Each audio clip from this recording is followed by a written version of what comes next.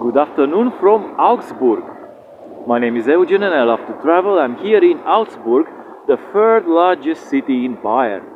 And yeah, Augsburg is one of the oldest cities that lies on the territory of Germany. So only Trier and Köln are older. And it's a Roman city which dates from 15 BC, so 15 years before the birth of Christ. Well, this is also one of the birthplaces of capitalism, if not the birthplace of capitalism. And it's also the city of JAKOB Fugger, one of the richest people in the Renaissance period, in the late 1400s, early 1500s. And yeah, JAKOB Fugger got rich from textiles at the beginning, so his family was into textiles, and then he branched into copper mining, and yeah, well, he became very, very rich, so rich that he was knighted. And he participated in the fundraising for the election of the king of the Holy Roman Empire. And it was Charles V who won against Francis I of France. So basically, elections were also helped, rigged, whatever you want to call it, even back then, by financiers with a lot of money. And yeah, JAKOB Fugger was the one who was decisive. And also, JAKOB Fugger was one of the first real estate moguls. He built the first housing project in the 1500s, early 1500s, and yeah, he lived here in Augsburg. Now the city is about 300,000 people, and it has the urban sprawl about 800,000 people, so pretty large. Not very large though, but very historical as well, as you can see. Here we have statues, cathedrals, everything is pretty old.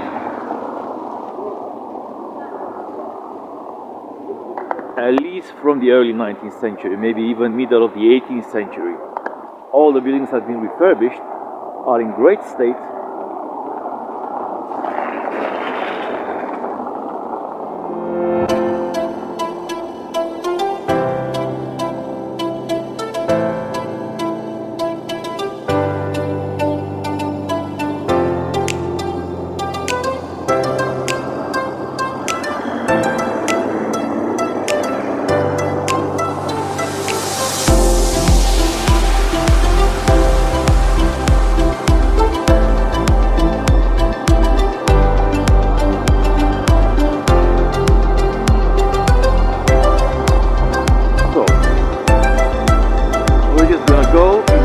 That cathedral.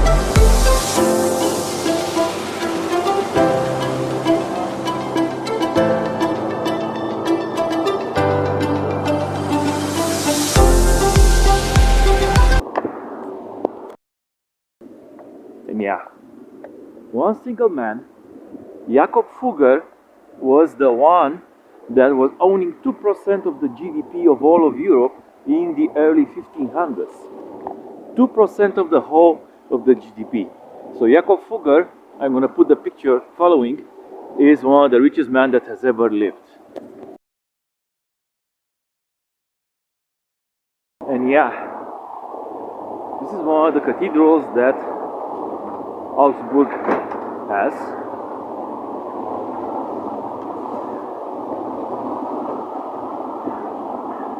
And yeah, it's been said that Augsburg has 300,000 people. Well, it looks smaller at first glance because it's the first time I'm here ever. Probably because it has this medieval city, this old city that really makes it look like from the 16th century, which it actually is from that period of time.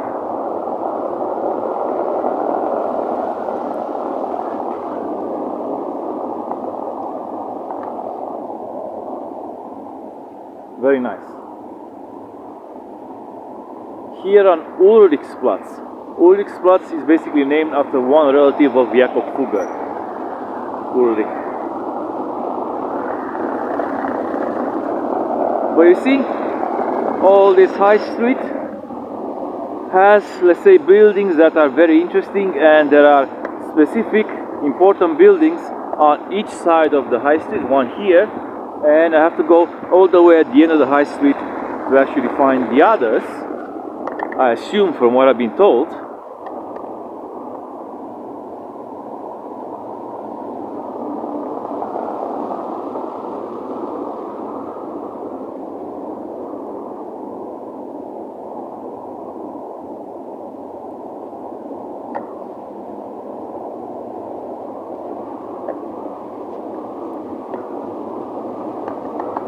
So yeah, let's see that. And yeah, on the other side of this 1.5 kilometers high street is this church, this cathedral. Because the cathedral we just seen before is basically 1.5 kilometers on a straight high street that is, let's say, paved on the left and on the right with all heritage buildings, national heritage buildings of Germany. And this cathedral is really something. Let's see how it's called. I think you can see all of it, I hope at least.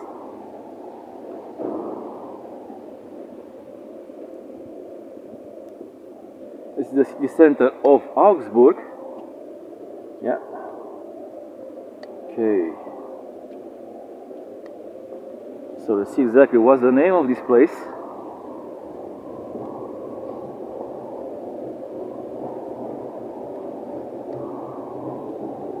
This is the dome.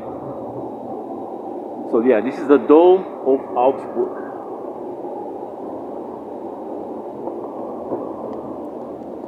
Fantastic building. Of course, it's not the biggest in Germany, not the biggest cathedral in Germany, not the tallest, because the biggest is the Dome of Köln, and the tallest is the church in Ulm. So Ulm doesn't really have much besides that church. So I'm not really religious, so I'm not going to visit Ulm for you. But if you have time, you need to go to Ulm as well. But yeah, this is Augsburg for you guys.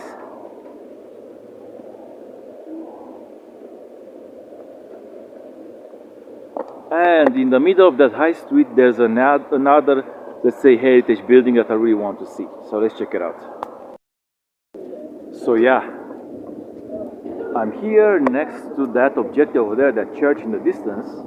So yeah, it's kind of snowing in Augsburg, you know, like, if you like pina colada, and getting caught in the snow, basically, yeah. So, well, I like getting caught in the snow, let's say. Pina colada not so much.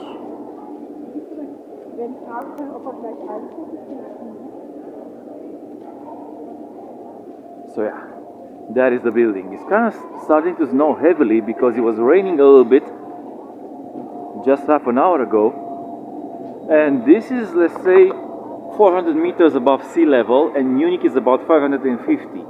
So when I'm gonna get back to Munich, because it takes only half an hour from here, this is probably gonna be like a full snowstorm. Well, let's see this building here because it's quite amazing. So you have trams and all that kind of stuff. You can come from the other side. Yeah, so look at this. That's pretty nice.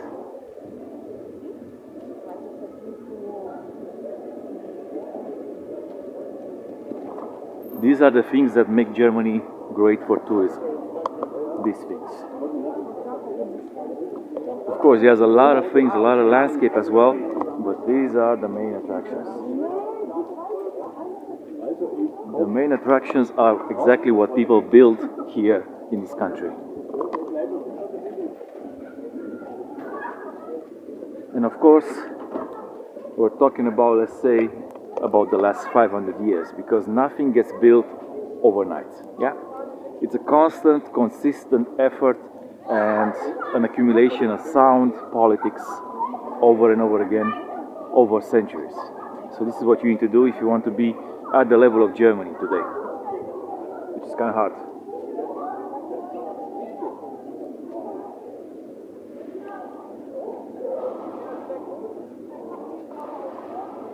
Pretty interesting as well. And another statue, of course.